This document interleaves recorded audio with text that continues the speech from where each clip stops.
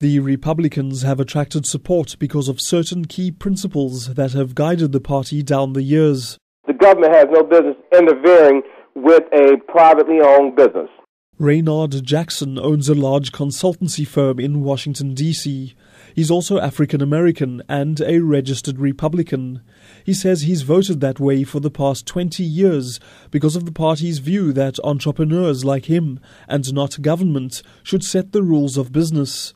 He also says the Republican Party has never been in favor of raising taxes on large enterprises. I don't like paying taxes. I pay what I'm obligated to, but I don't want the government to constantly take more and more money out of my pocket. But Jackson says he's disappointed that his party seems to have abandoned what he terms one of the true tenets of American conservatism.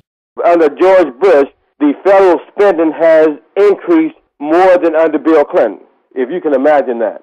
So the Republican Party really under Bush is not a conservative party. He's also not happy with the Republican claim that more African Americans are backing the party. Jackson says black support for the Republicans has actually waned.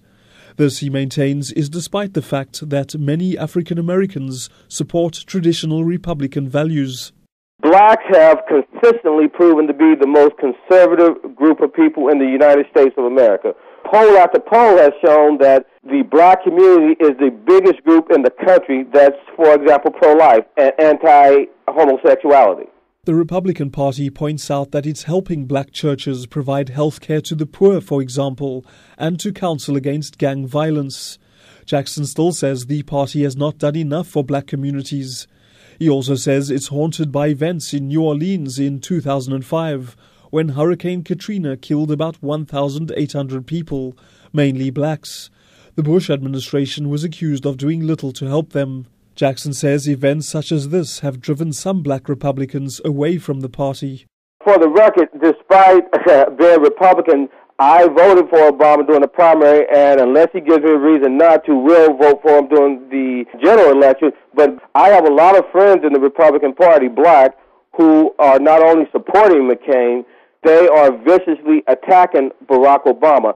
He says some black Republicans are also upset that John McCain chose the relatively unknown governor of Alaska, Sarah Palin, as his running mate over Secretary of State Condoleezza Rice, an African American.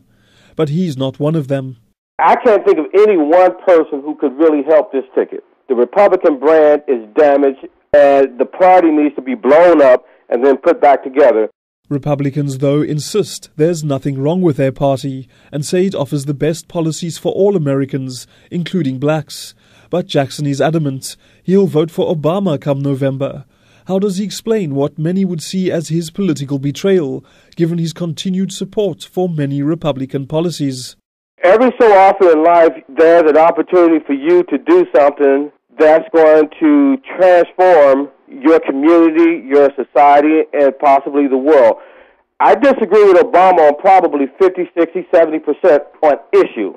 But the opportunity for a black to become president of the United States far supersedes ideology. I will not be on the wrong side of history, nor will I stand in the way of the doors of history opening because of my party affiliation.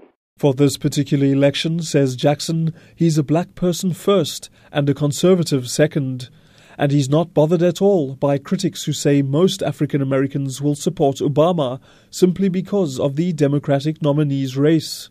These same people who make that argument don't make the same argument that a lot of white folks will vote for John McCain because he's white. Jackson's convinced that the Republicans don't have many reasons to be optimistic at the moment, but the latest polls show Obama and McCain running neck and neck in terms of popularity. Some pollsters indicate that, in the end, McCain may not need black support in order to become America's next president.